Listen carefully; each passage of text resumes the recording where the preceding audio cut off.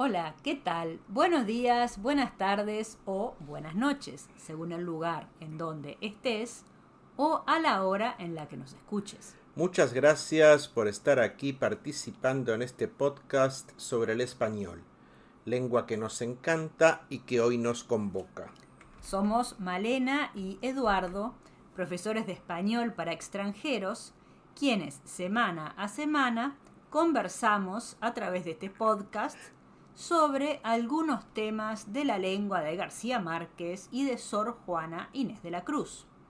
Si quieres aprender español, cliquea aquí y nos comunicaremos contigo. ¿Cuál es nuestro tema hoy? Como el 30 de septiembre fue el Día Internacional del Podcast, queremos felicitar a los 5 minutos de español y a quienes somos parte de él. O sea, ustedes los escuchas y nosotros. ¡Felicidades! ¡Bravo! Esta es la edición número 164. Estamos juntos semana a semana desde hace 3 años y medio. ¡Arriba! ¡A brindar! ¡Chin, chin! Una muy buena forma de mejorar el español rápidamente es escuchar las expresiones comunes, las que se usan día a día, y eso es lo que hacemos en este podcast. Por eso es bueno tener un día internacional para este nuevo documento sonoro, el podcast. Pero tengo una pequeña duda. El 30 de septiembre es también el Día Internacional del Derecho a la Blasfemia. Uy, pero nosotros no decimos malas palabras, somos maestros. ¿Podemos hacer un podcast con alguna... ¿Te parece una buena idea? Tal vez nos hacemos más populares. Malas palabras, Profanity, bad words, blasfemia. blasphemy. Volvamos al tema, por favor. Sí. ¿De dónde viene la palabra podcast? Es la unión de iPod, el lector portátil de Apple, y broadcasting, difusión en inglés.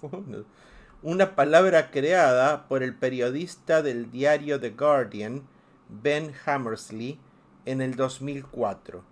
En esos años todos descargábamos o bajábamos música y luego la escuchábamos con qué emoción.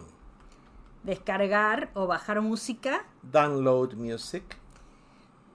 Todos los que nacimos en el siglo pasado, o sea, antes del año 2000, recordamos el impacto del iPod. ¿Siglo pasado? Last century. ¿Hay una traducción para podcast? No. Podcast es un anglicismo sin equivalentes en el español. Se escribe con una tilde en la O. En el plural no se agrega una S, igual que la palabra test.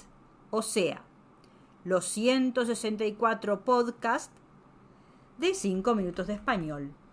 También se puede escribir en inglés, ¿verdad? Sí.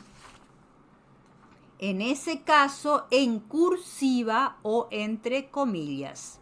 In italics or between quotation marks. ¿Qué diferencia tiene un podcast con un programa de radio? Casi ninguna. Si la radio es en vivo, hay diferencias. Tiene que tener todo controlado. En el podcast puedes borrar si dices una palabra mal o el perro ladra. O pasa un camión ruidoso, me suena conocido. En realidad, todas las radios tienen sus podcasts y tienes la posibilidad de escucharlos a cualquier hora. Se dice que el podcast le dio una nueva vida a la radio, un contacto más directo con sus oyentes. Como tú sabes, hay podcasts de muchos temas, no solo de mejorar tu español, economía, política, deportes, investigación de crímenes y más. La mayoría de los podcasts son de 2 personas hablando. En muchos casos hay invitados. Es muy importante la música. No la tenemos. Tampoco una versión en video que algunos podcasts hacen. En el 4º cumpleaños lo mejoraremos, ¿sí? ¿Por qué piensas que es tan popular el podcast actualmente? Pienso que el contacto a través de la voz logra una comunicación muy íntima con el escucha. Es además directa, informal, hace que las personas imaginemos más. Ya lo sabía el presidente de Estados Unidos, Roosevelt, en sus charlas junto a la chimenea, donde se dirigía por radio a sus conciudadanos como si estuvieran juntos en pantuflas, con un lenguaje sencillo, hablando directamente al corazón. ¿Pantuflas? Slippers. Aquí en Los Cabos no estamos en pantuflas, ¿eh? Hace mucho calor. ¿Y tú? ¿Quieres hacer tu propio podcast en español? ¿Es una de tus metas mejorar tu español este año?